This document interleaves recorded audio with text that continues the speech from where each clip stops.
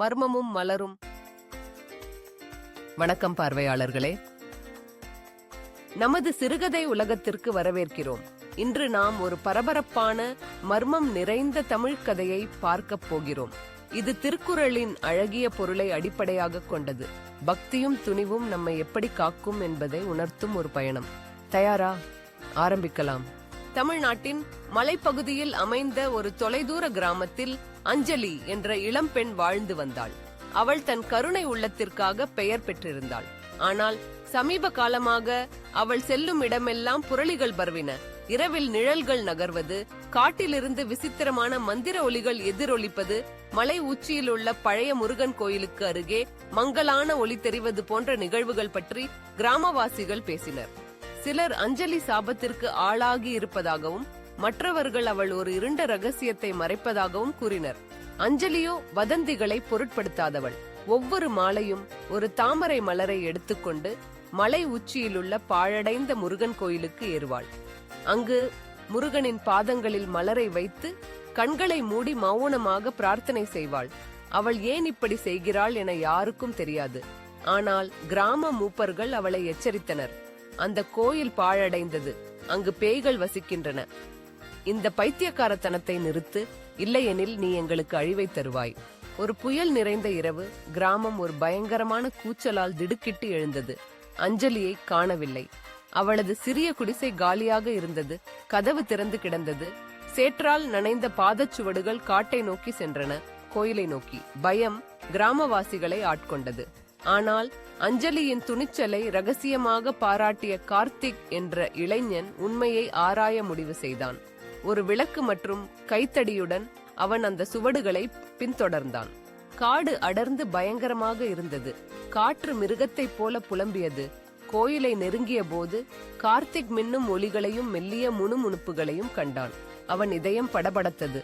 ஆனால் அவன் முன்னேறினான். கோயிலுக்குள் நுழைந்த போது அவன் உறைந்து போனான்.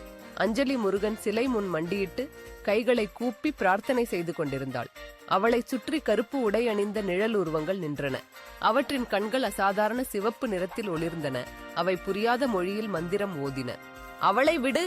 கார்த்திக் கத்தினான், தன் கைத்தடியை உயர்த்தி. அந்த உருவங்கள் திரும்பின. அவற்றின் முகங்கள் வெறுப்பால் சிதைந்திருந்தன. ஒருவன் சீறினான். அவள் ஒளியை எழுப்பத் துணிந்தாள்.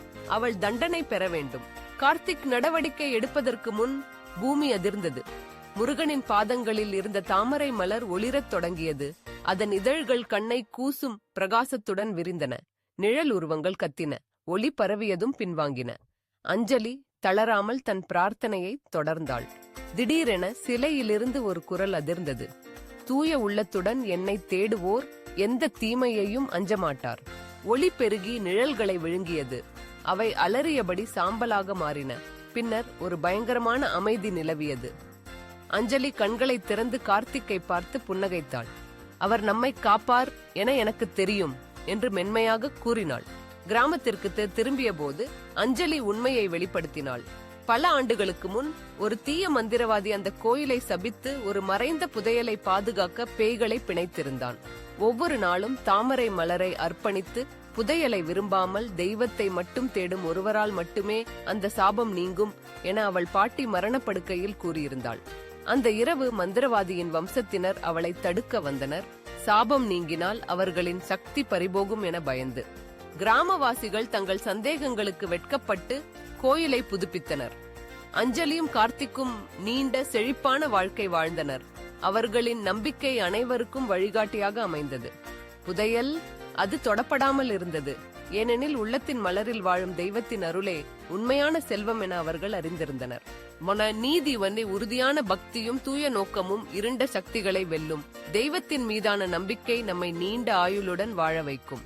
நண்பர்களே, இந்த கதை உங்களுக்கு பிடித்திருந்தால் தயவு செய்து எங்கள் சேனலை சப்ஸ்கிரைப் செய்யுங்கள், லைக் போடுங்கள். மேலும் அற்புதமான கதைகளுக்கு அடுத்த முறை சந்திப்போம். நன்றி, வணக்கம்.